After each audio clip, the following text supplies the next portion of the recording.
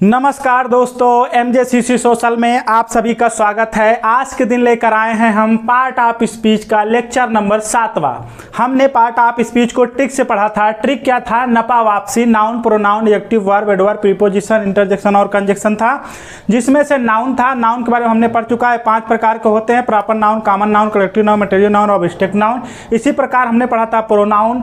Trick से हमने पढ़ा था एडजेक्टिव, वर्ब हमने चारों पढ़ लिए हैं। अब 5वां वर्ड पढ़ते हैं, एडवर्ब। क्या पढ़ते हैं दोस्तों? एडवर्ब। एडवर्ब माने होता है क्रिया विशेषण। एडवर्ब माने क्या होता है दोस्तों?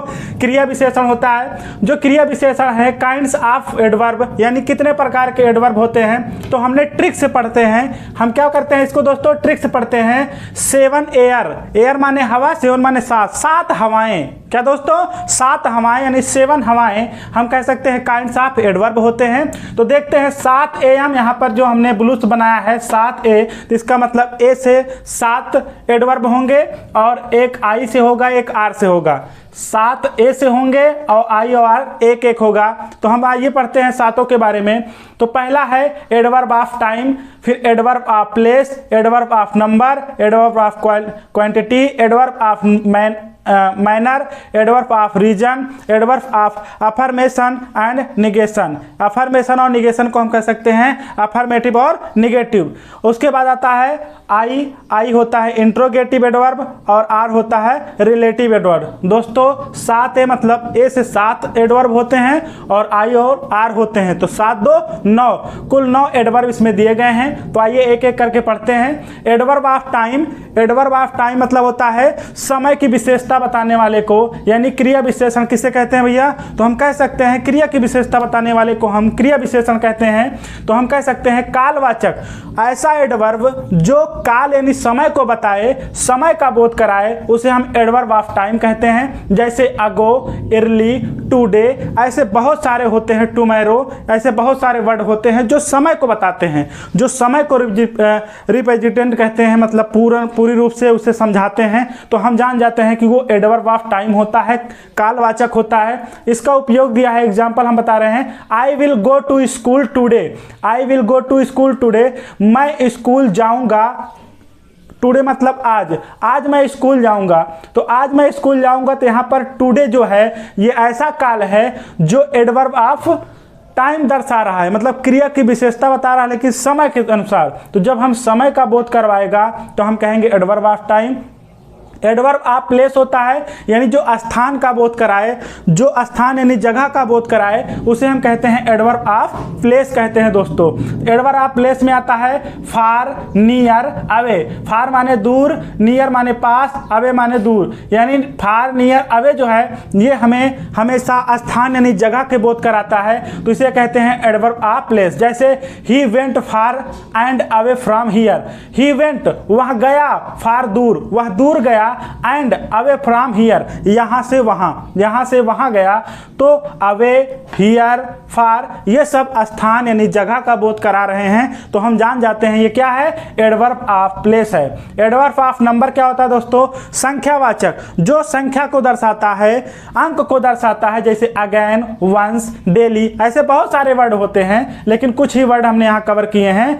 तो अगेन, वंस, डेली। जैसे प्लीज यू रीड अगेन, कृपया तुम दोबारा पढ़ो। तो जो अगेन है ये नंबर को, संख्या को दर्शा रहा है कि आप दोबारा रीड कीजिए, पढ़िए।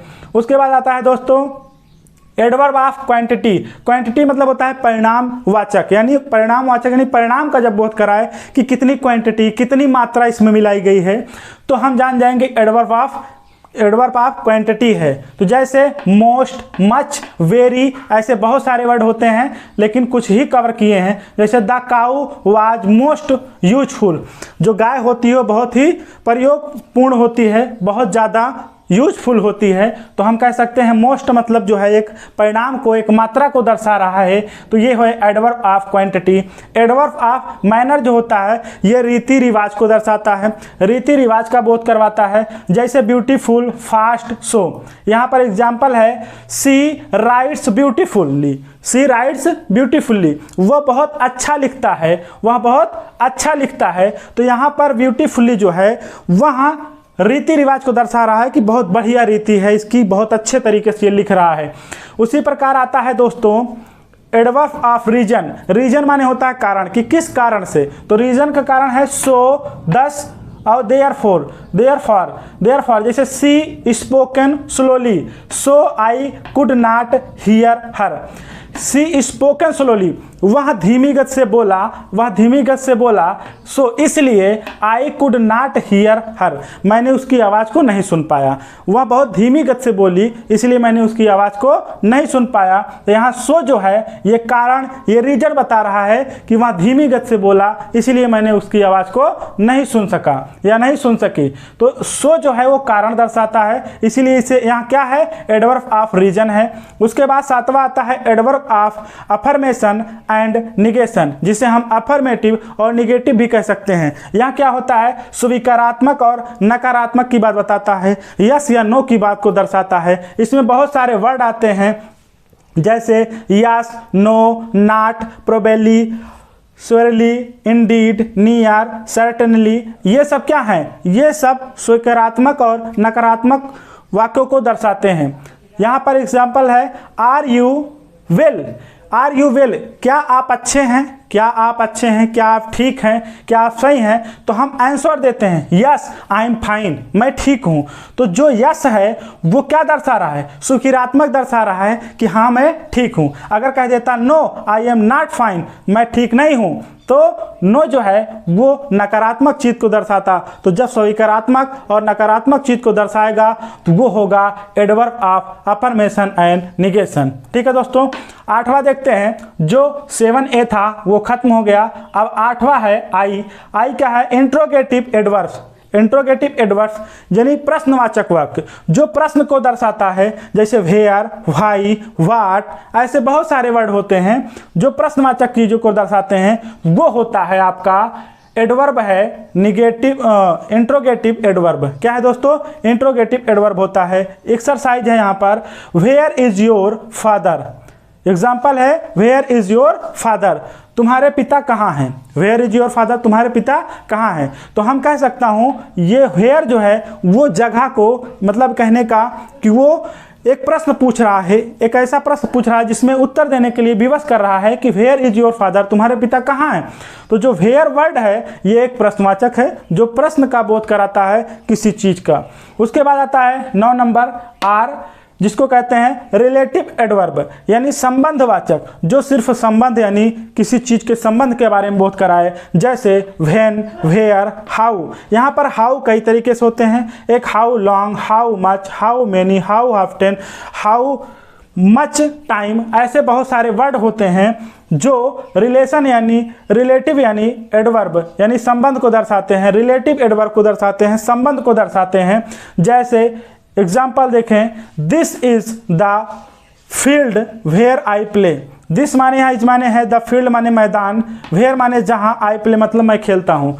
यह वही स्थान है या वहाँ स्थान है या वही स्थान है, वेयर आई प्ले जहाँ मैं खेलता हूँ। तो वेयर जो है इस वाक्य को और इस दोनों वाक्य को आपस में क्या रहा, संबंध कर रहा है, जोड़ रहा है, उसे एक दूसरे से बांध रहा है।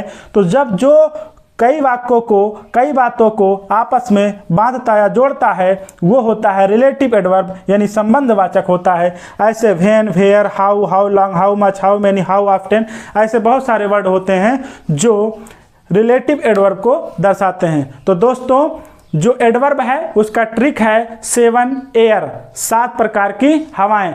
तो ए जो है वो 7 प्रकार का होगा और आई आर एक प्रकार का, तो 7 2 9 प्रकार का एडवर्ब होता है दोस्तों। तो ये वीडियो कैसा लगा, अच्छा लगा तो हमारे साथ बने रहिए।